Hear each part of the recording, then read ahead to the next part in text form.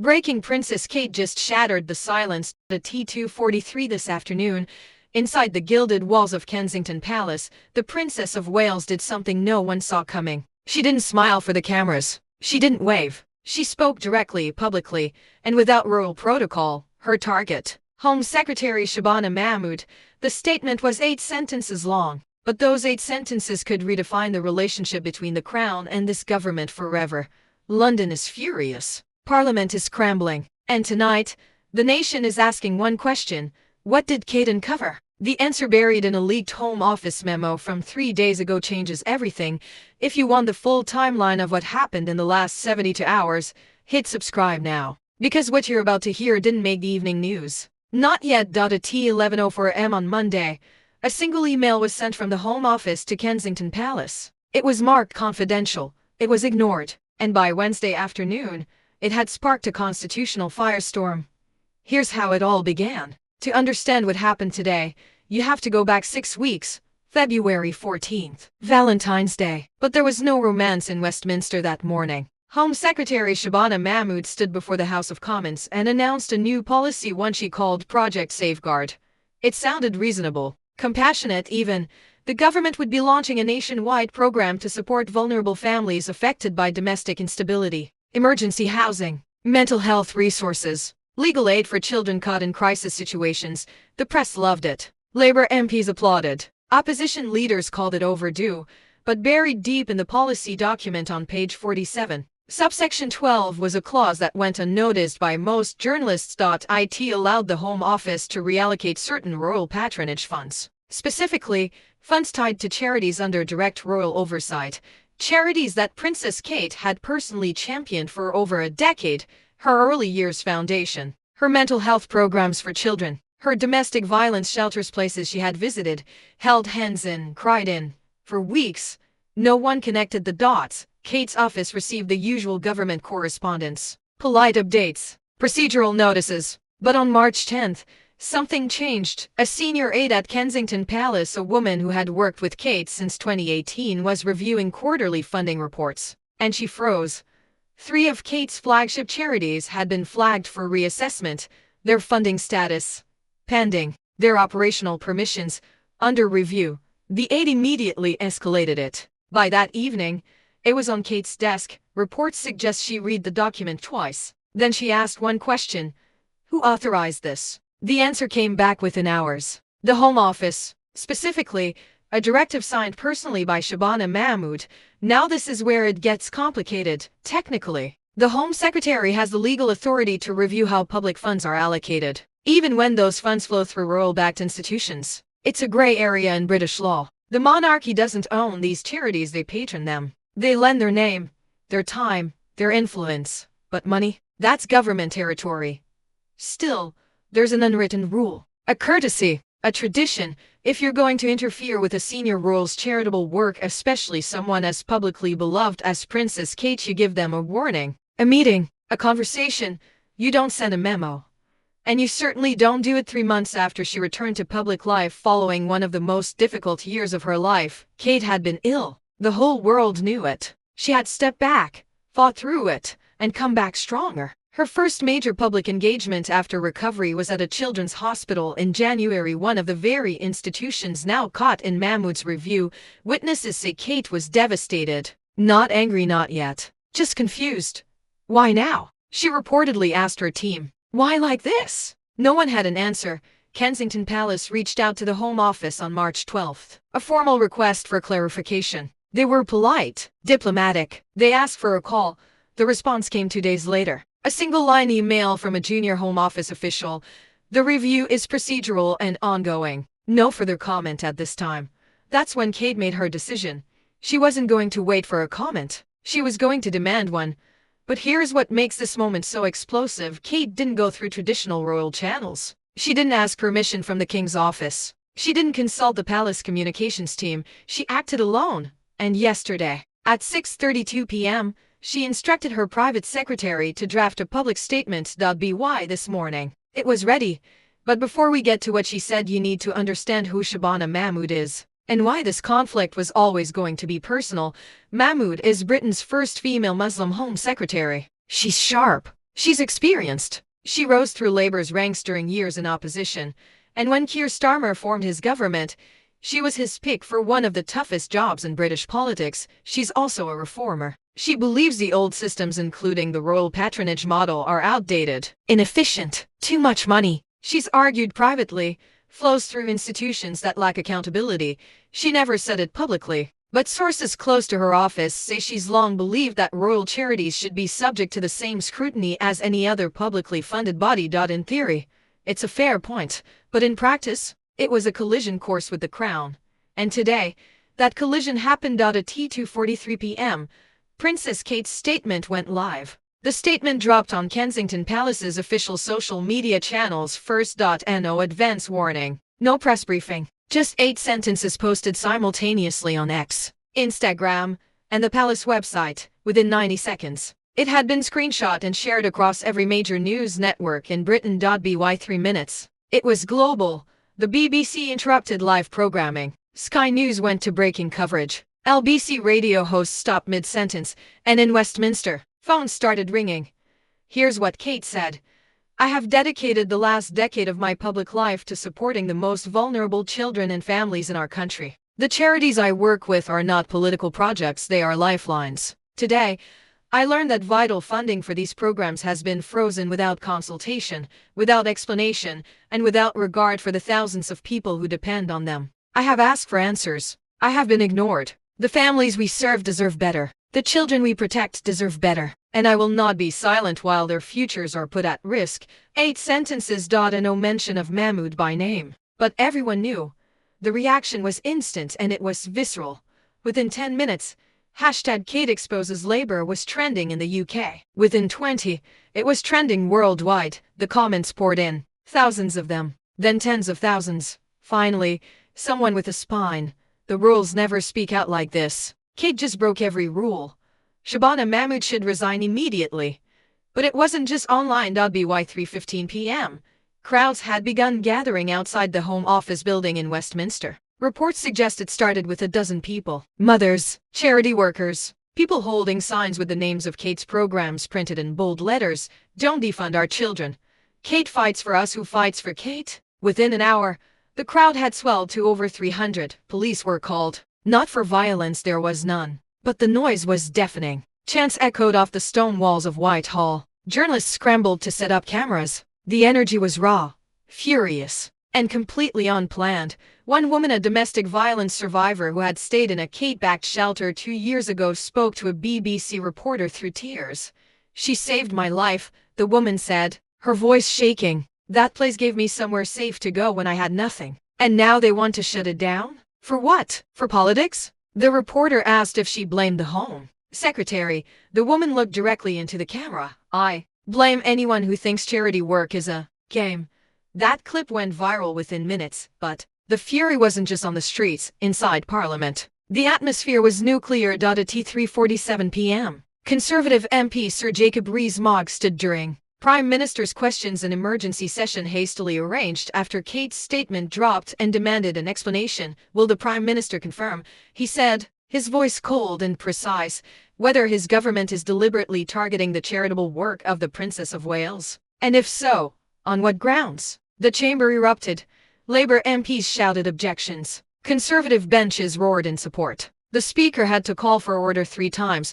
Keir Starmer rose slowly. His face was tight, controlled. The honourable member knows full well, he began, that this government does not and will not interfere with the vital work of any charitable institution. The review process in question is standard procedure. It applies to all publicly funded bodies, no exceptions. But his answer didn't land, because within seconds, opposition MPs were on their feet again. Then why wasn't the princess consulted? One shouted. Why was funding frozen without notice? Another demanded. Starmer didn't answer. He sat down, and the session devolved into chaos. Across the aisle, Nigel Farage, watching from the Reform UK benches, leaned back with a grim smile. He didn't say a word. He didn't need to. By 4 p.m., his team had already drafted a statement. It went out 20 minutes later. Princess Kate has done what this spineless government refuses to do: stand up for ordinary people. Mahmood has shown her true colors. This is what happens when ideology replaces compassion, It was red meat for his base. And it worked. Mahmood Musko began trending alongside Kate's name, but the Home Office remained silent. No statement, no clarification, no defense. Journalists camped outside the building, waiting for Mahmood to appear. She didn't. Her office released a single line at 4:32 p.m. The Home Secretary is reviewing the matter and will respond in due course. That was it.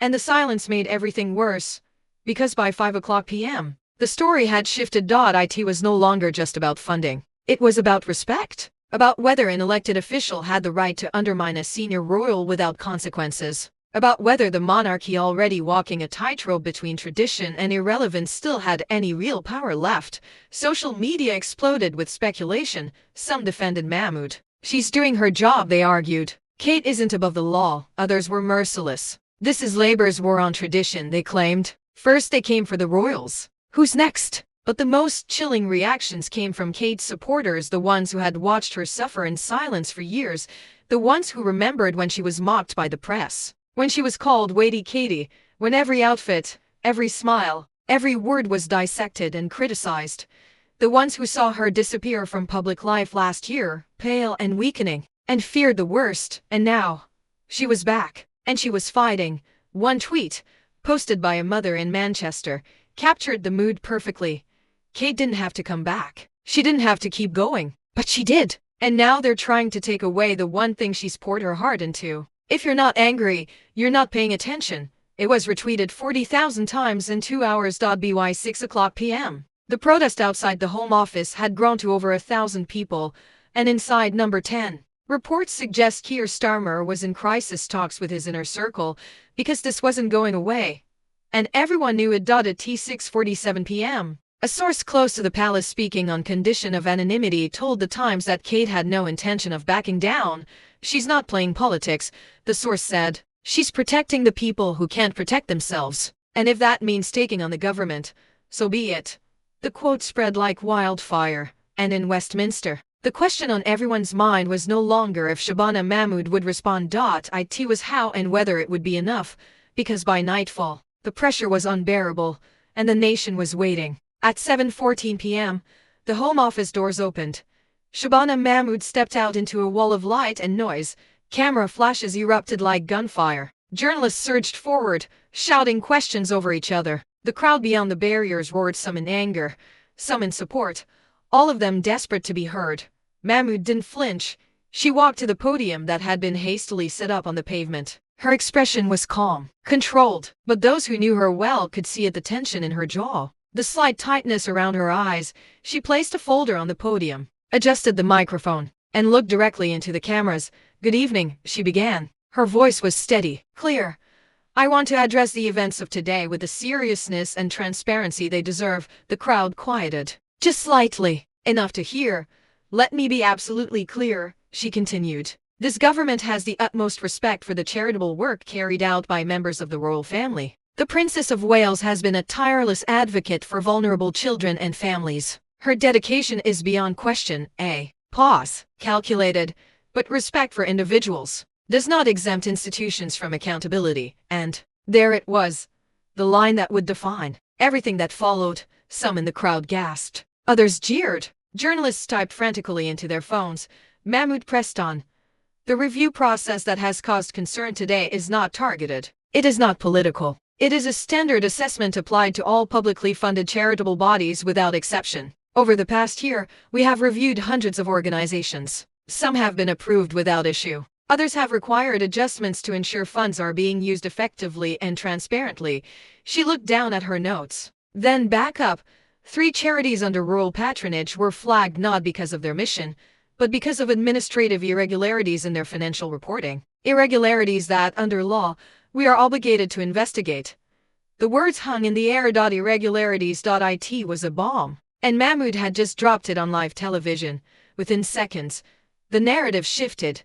Was Kate's statement premature? Were there issues with the charities she didn't know about? Or was Mahmood deflecting, throwing accusations to cover her own failure to communicate? No one knew, and that uncertainty was lethal. Mahmood continued, her tone firmer now. "I regret that the Princess of Wales felt blindsided by this process. That was never our intention. Communication could have been better, should have been better. And for that, I take responsibility. A slight softening, an olive branch, but then she twisted the knife. However, I will not apologize for doing my job. The British people deserve to know that every pound of public money is spent wisely regardless of who is attached to it. That includes royal charities. That includes government programs. That includes everything. She closed the folder. I have invited representatives from Kensington Palace to meet with my office tomorrow morning. We will provide full transparency. We will answer every question. And we will resolve this matter in the spirit of cooperation and mutual respect. She paused. One final beat. Thank you. And then she walked back inside. And no questions taken. No follow-up. Just 8 minutes of controlled devastation. The crowd exploded. Some cheered. Others screamed in fury. The noise was so loud it drowned out the reporters trying to go live. But the damage was done. Because Mahmood had done something. Kate couldn't. She had introduced doubt. Irregularities. That single word was now the story. Within minutes, headlines shifted. Home Secretary claims irregularities in royal charities. Mahmood defends review calls for transparency. Kate versus Mahmood. Who's telling the truth? Social media fractured.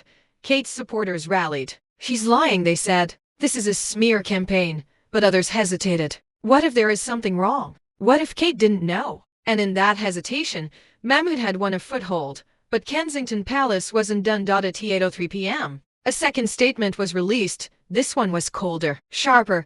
The Princess of Wales has worked with these charities for over a decade. Every financial record has been audited annually by independent firms. Every report has been submitted on time and in full compliance with UK charity law. If the Home Office has concerns, they should have raised them months ago, not frozen funding without warning. We welcome tomorrow's meeting. We expect answers. It was a direct rebuttal. And it landed hard.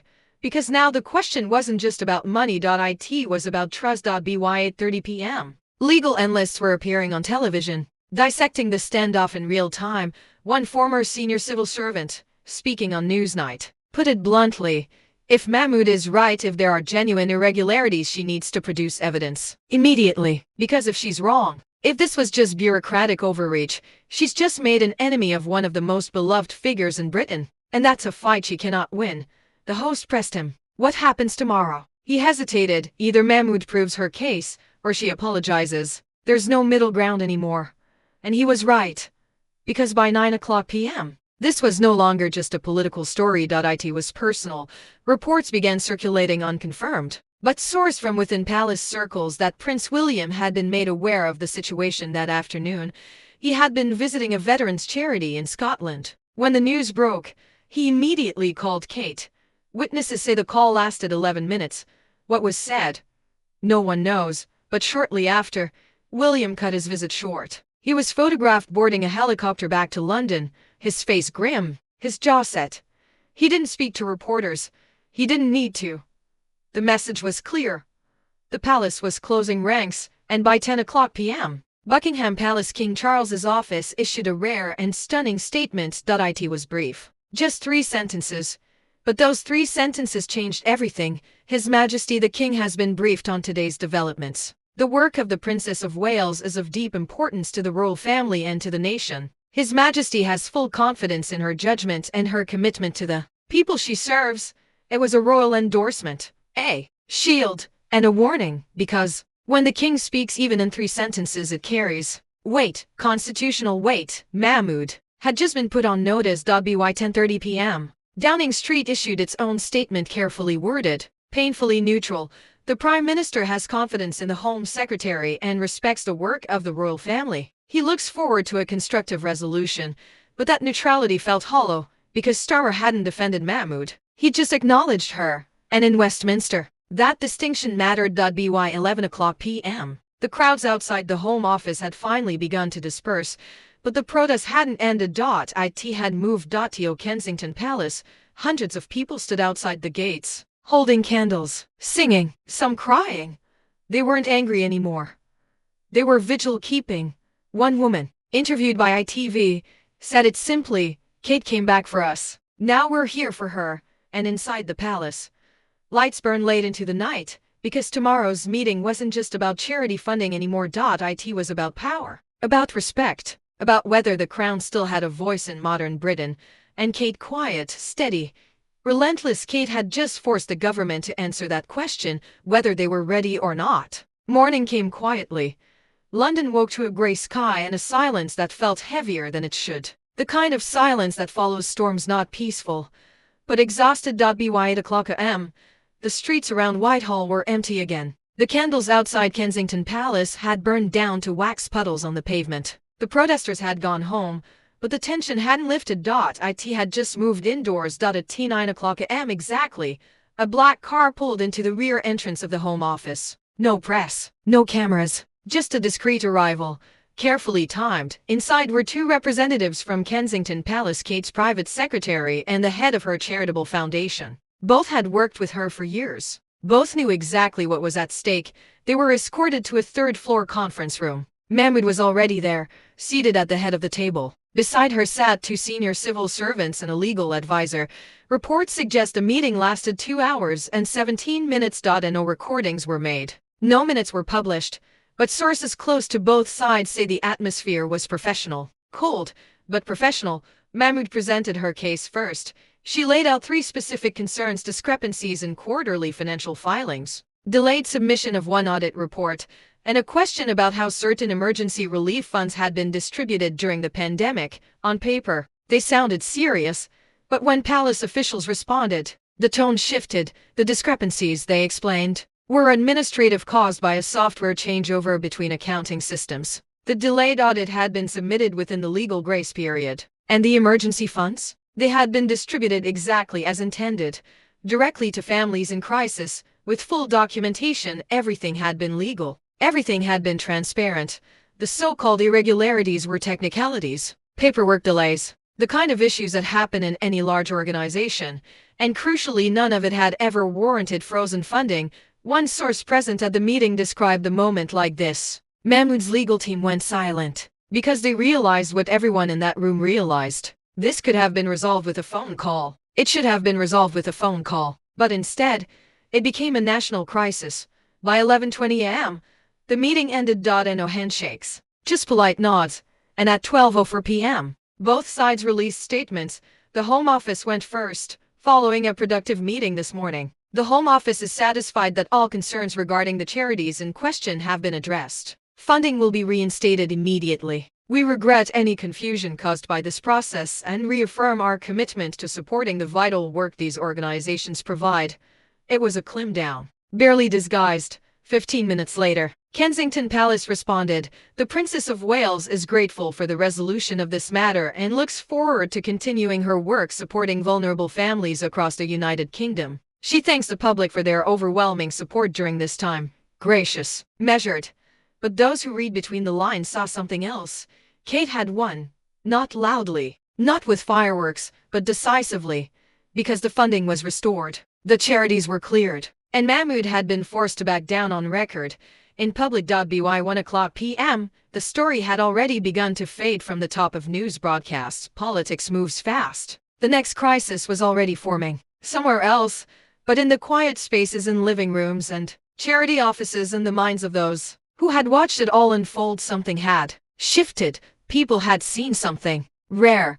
They had seen Princess Kate step out from behind the carefully polished image. They had seen her fight, not with scandal or drama, but with clarity and conviction, and they had seen the government blink. One columnist, writing in The Guardian that afternoon, put it like this: whether you support the monarchy or not, what happened this week matters. Because it wasn't about crowns or titles. It was about whether someone in power would stand up for people who have no power at all. And Kate did. She risked her reputation. She broke royal protocol. She made herself a target. And she won. That kind of courage doesn't come from a position. It comes from a person.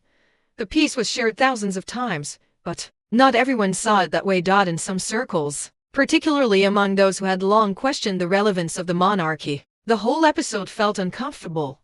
Why? Should we celebrate a princess forcing a home secretary to back down?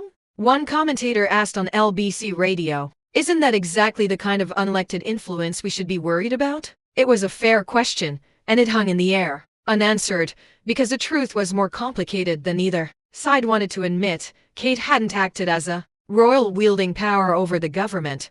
She had acted as a public figure using her voice to protect something she believed in, And the public had responded, not because she was a princess, but because she was right. That distinction mattered. But it also raised questions that Britain has been avoiding for decades. What role does the monarchy play in a modern democracy? Where does influence end and interference begin? And when an elected official clashes with a beloved royal, who should the public trust? These weren't new questions, but this week, they felt urgent again. By evening, the news cycle had moved on. Mahmood made no further public comments. Starmer's office declined to elaborate, and Kensington Palace returned to its usual schedule, quiet, composed, relentlessly forward-focused. But late that night, a photograph appeared online. It was taken by a member of the public earlier that day, outside one of the domestic violence shelters Kate had fought to protect. The shelter's director, a woman in her 50s who had run the facility for 12 years, was standing in the doorway, holding a handwritten sign. It said simply, "Thank you, Kate, we're still here." The photo went viral, not because it was dramatic, not because it was political, but because it was real. Because behind all the headlines and statements and political theater, there were actual people, families who needed help, children who needed safety, women who needed somewhere to run when everything else had fallen apart. And for 48 hours, those people had been caught in the crossfire, but now, they were safe again. And maybe that's the only part of this story that will matter in the end. Not who won, not who lost, but that the work continues. That the doors stay open. That when the crisis passed and the cameras moved on, the people who needed help could still find it. Tonight, London is quiet again. The protesters are gone. The politicians are silent. The news anchors have moved on to the next story. But somewhere in the city, a mother who fled violence last year is putting her child to bed in a shelter that almost lost its funding. Somewhere, a young girl who Kate once met is drawing pictures in a program that nearly shut down. Somewhere, the work continues, and Princess Kate, who will never speak about this week again, who will smile politely at the next state dinner and shake hands at the next charity gala, will carry this moment with her, because she learned something this week that no amount of royal training could teach.